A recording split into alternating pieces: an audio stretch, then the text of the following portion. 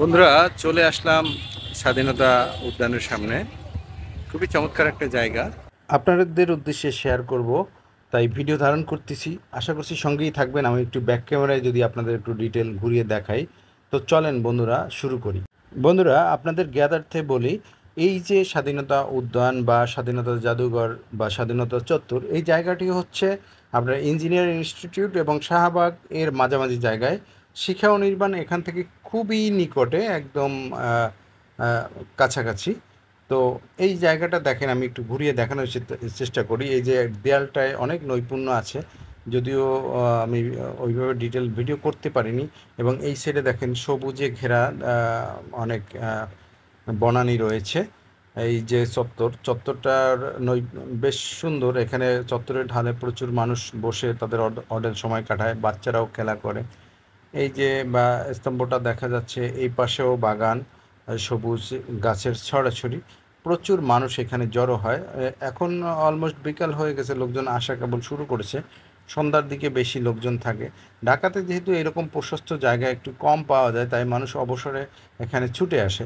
তো আপনারাও যারা ঢাকাতে রয়েছেন, একটু অবসর পেলে বা ছুটির দিনে আপনারা এই জায়গাটায় আসতে পারেন। বেশ খোলামেলা, প্রশস্ত এবং অসাধারণ সুন্দর একটা জায়গা। এখানে এই যে স্তম্ভটা দেখা যায় এবং চত্বরটাও বেশ বড়। ওই সাইডে রয়েছে সোহরাওয়ার্দী উদ্যান, খুবই কাছাকাছি সোহরাওয়ার্দী উদ্যান এবং এই পাশে শিখা অনির্বাণ। আর জায়গাটা আসলে আপনাদের দারুণ একটা অনুভূতি কাজ করবে বাচ্চাদের নিয়ে বা আপনার প্রিয় মানুষকে নিয়ে এখানে এসে একান্তে সময় কাটাতে পারেন। এই দিকে একটু ঘুরিয়ে আমি দেখাই। অনেক মানুষ এসেছে অলরেডি, আরও আসতেছে। কেউ কেউ মোটরসাইকেল নিয়ে আসতেছে, কেউ পায়ে হেঁটে আসতেছে। এই পাশে দেখেন বিশেষ করে যারা একটু যুবক যুবতী রয়েছে, তাদের আনাগোনা বেশি। তারা অনেকেই একান্তে বসে সময় কাটাচ্ছে। তো বন্ধুরা, এই যে এক জোড়া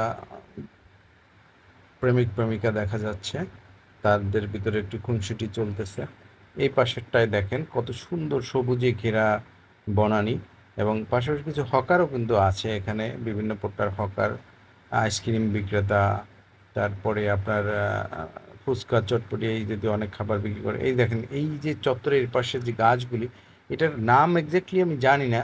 এত অসাধারণ দেখতে, মানে খুব বেশি বড় নয় গাছগুলি, মাঝারি আকৃতির এবং একদম ঝোপ আকৃতির। একটা বট গাছের যে পাতাগুলি বিভিন্নভাবে যেভাবে ছড়িয়ে থাকে, ছড়িয়ে ছিটিয়ে, ওই রকম। আমি একটু ক্যামেরায় দেখাই, আপনাদের দেখানোর চেষ্টা করি।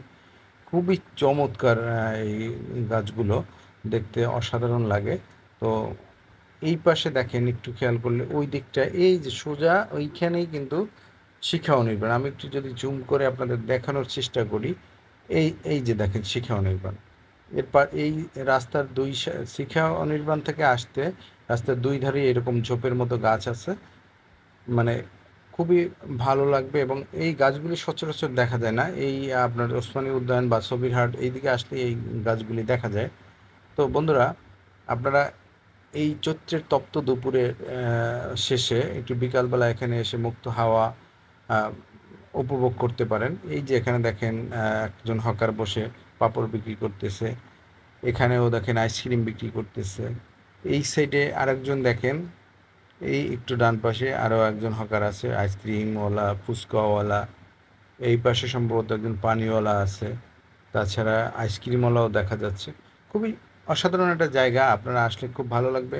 ভিডিওটি যদি আপনাদের ভালো লাগে, লাইক কমেন্ট শেয়ার করে পাশে থাকবেন। পরবর্তীতে আর একটা ভিডিও নিয়ে দেখা হবে। সে পর্যন্ত ভালো থাকেন, সুস্থ থাকেন। আসসালামু আলাইকুম।